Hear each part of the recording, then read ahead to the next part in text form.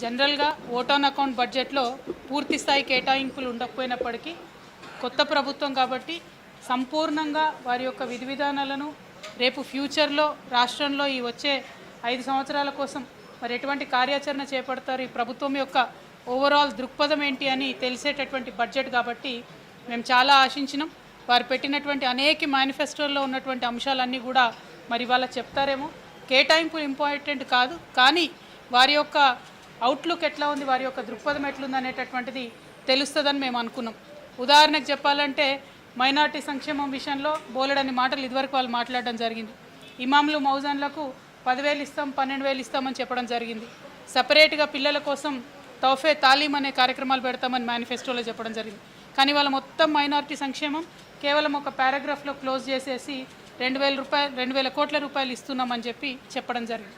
అట్లా ఏదైనా కూడా మీదనే చెప్పిండ్రు తప్పితే సంపూర్ణంగా ఏదైతే ఎన్నికల ప్రచార సందర్భంగా మైక్రో లెవెల్ అంశాలు చెప్పిండ్రో వాటిని వేటిని కూడా బడ్జెట్లో పెట్టకపోవడం అన్నది ఈ ప్రభుత్వానికి చిత్తశుద్ధి లేదనేటటువంటి విషయాన్ని తెలియజేస్తూ ఉన్నది. అదేవిధంగా ఈ పేర్లు మారుస్తాం, ఆ చిహ్నాలు మారుస్తాం అనే అంశాలకు ఇచ్చినటువంటి ప్రాధాన్యత, మరి ఇదివరకు చేసినటువంటి వాగ్దానాలు వాటికి సంబంధించినటువంటి కేటాయింపులపై పెట్టకపోవడం అన్నటువంటిది శోచనీయంగా మేము భావిస్తూ ఉన్నాం.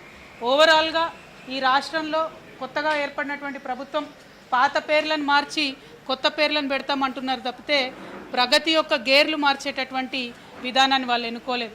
అంటే it is just a name changing government, not a game changing government అని ఈ బడ్జెట్ చూస్తుంటే అర్థమవుతూ ఉన్నది. ప్రధానంగా మహిళలకు, అదేవిధంగా యువతీ యువకులకు షాదీ ముబారక్ పేరు మీద ఇదివరకు 1,00,000 రూపాయలు కేసీఆర్ గారు ప్రభుత్వం ఇస్తే మేము అధికారంలోకి రాగానే 1,00,000 రూపాయలను 1 తులం బంగారం ఇస్తామని చెప్పినారు. అది ఆన్ గోయింగ్ ప్రోగ్రామ్, ఎంతమంది ఏంది అన్నది ఎస్టిమేషన్ ఉంటుంది, కానీ దాన్ని కనీసం మెన్షన్ చేయలేదు. అట్లానే షాదీ ముబారక్ 1,60,000 ఇస్తారని చెప్పారు, కనీసం అది మెన్షన్ చేయలేదు.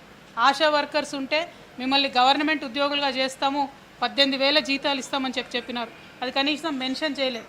కేటాయింపు చేయకపోయినా ఒక ప్రభుత్వం యొక్క కమిట్మెంట్ను, చిత్తశుద్ధిని చెప్పేటటువంటి ఒక డాక్యుమెంట్గా బడ్జెట్ని చూస్తాం. కాబట్టి మరి ఆ యొక్క ఈ బడ్జెట్ డాక్యుమెంట్లో ప్రభుత్వం యొక్క ఆ కమిట్మెంట్ లోపించిందని చెప్పి నేను భావిస్తూ ఉన్నాను. అదేవిధంగా అనేక వర్గాలకు సంబంధించినటువంటి సంక్షేమానికి సంబంధించి కూడా సంపూర్ణమైనటువంటి అంశాలను చర్చించకుండా ఎంతసేపు పోయిన ప్రభుత్వాలను విమర్శించడానికే ఈ బడ్జెట్ పరిమితం అవ్వడం అన్నది ప్రజలందరూ కూడా గమనించినారని చెప్పి నేను భావిస్తూ ఉన్నాను. Please subscribe .news.